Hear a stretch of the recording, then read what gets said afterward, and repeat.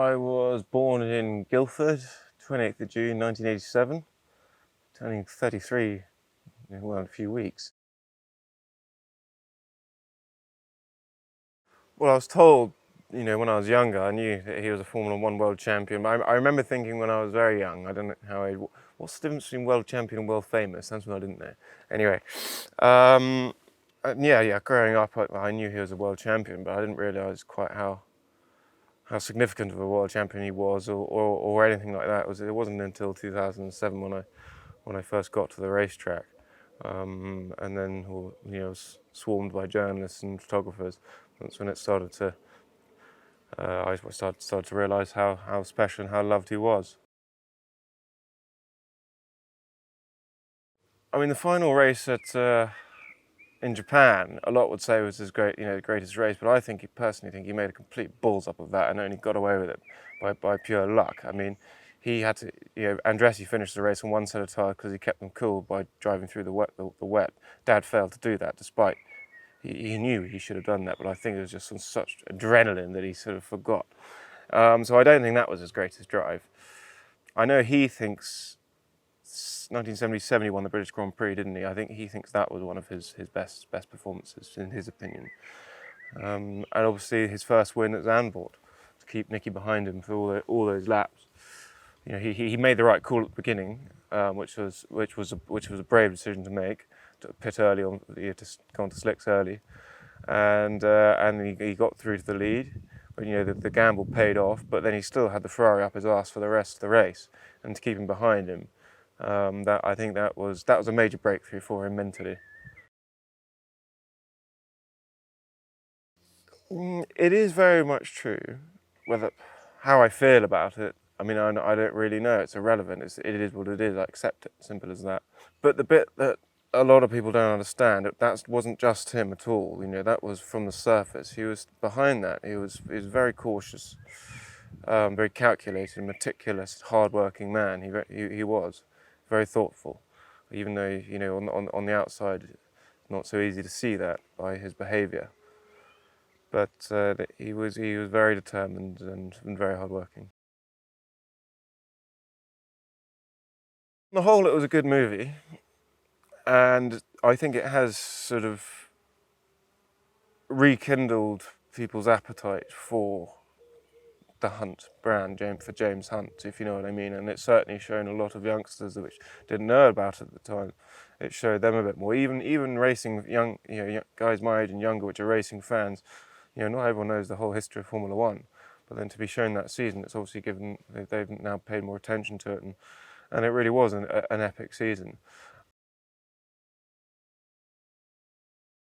They were friends right from the start. I think they first met in Formula 3, and they were friends then. I think there was a really funny story where Dad, there was a race somewhere in Europe in Formula 3, I think it may have been Italy, I'm not sure. Dad, I can't remember why, but Dad got arrested basically. And he was in the jail overnight, and Nicky bailed, I don't think bailed him out with money, but he talked to the police, said, look, this guy has to race against me tomorrow. Or this afternoon. You've got to let him out. He's got a race to do. He's racing against me, and Nicky managed to persuade them to let him out. It was a very minor offence. I think he cut a chain to get through a gate to try and steal someone's fuel, to try and siphon some fuel out of someone's truck or something like that.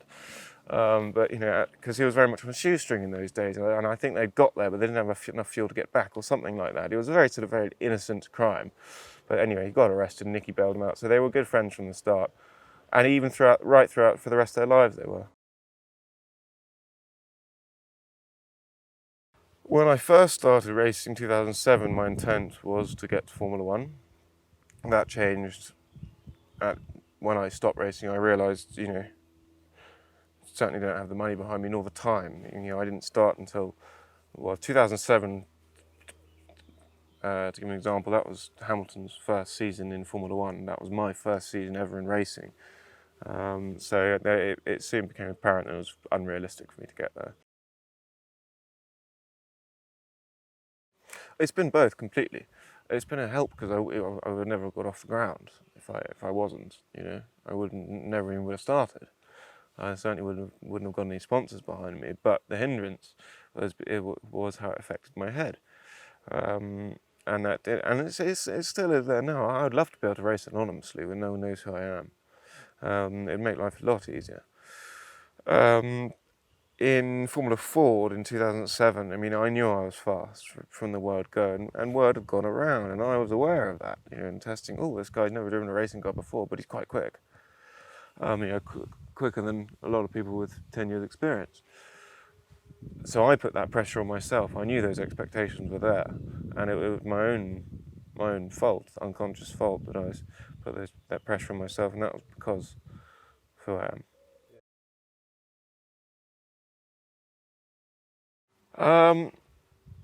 Well, unfortunately, memories are fading. It was a long time ago, but I have vivid memory of he'd kick a ball in the garden and his shoe would fly off, and that would make us laugh. I mean, we were very small at the time. That's a good memory. I think once he made the bonfire too big and set the silver birch tree alight, and it was forever, well, for all the rest of my memory, completely scorched. And that was, I remember at the time it was quite scary, but yet amusing when Mum was shouting at him. Yeah, that was funny. What else? I've got some vivid memories of Silverstone with the white picket fence. I suppose would have been around the drivers' club in those days, I guess. And the Marlborough hospitality bus, I remember, and the Marlboroughs, then the McLaren Marlborough little scooters, which Tom was allowed to ride, but I was too young, unfortunately. But Tom would have been what, 6 or 7 in those days. Imagine nowadays McLaren letting a 6 or 7-year-old just cruise around on their scooters in the paddock. I don't think it would happen. No, I really love the clothing range. I think they've done a great job. The guys that have done it we also have a confidence. They've done all the Senna stuff and the Schumacher stuff as well. So I think we're in good hands with them. Well, I like all of them, and the simple ones, the one with just the helmet on the front is great. But the other fun ones, actually, I'll go and grab one now. Is my favourite. It's a bit more interesting. Hang on. So this one, race hard, party hard, is fun. I just like the picture. He's been lifted up by half a dozen pretty girls. I mean, I'd quite like that, wouldn't you? That would have been fun. And the other one, which just says says the shunt or something like that. I think I haven't actually got one of those here, which is also same sort of style design, and a picture of him sticking out his tongue at the camera, which is also fun. So I think these would be my favourite ones. We very much designed it trying to fit in with his style, so that's what we've aimed for. So hopefully he would approve of it all.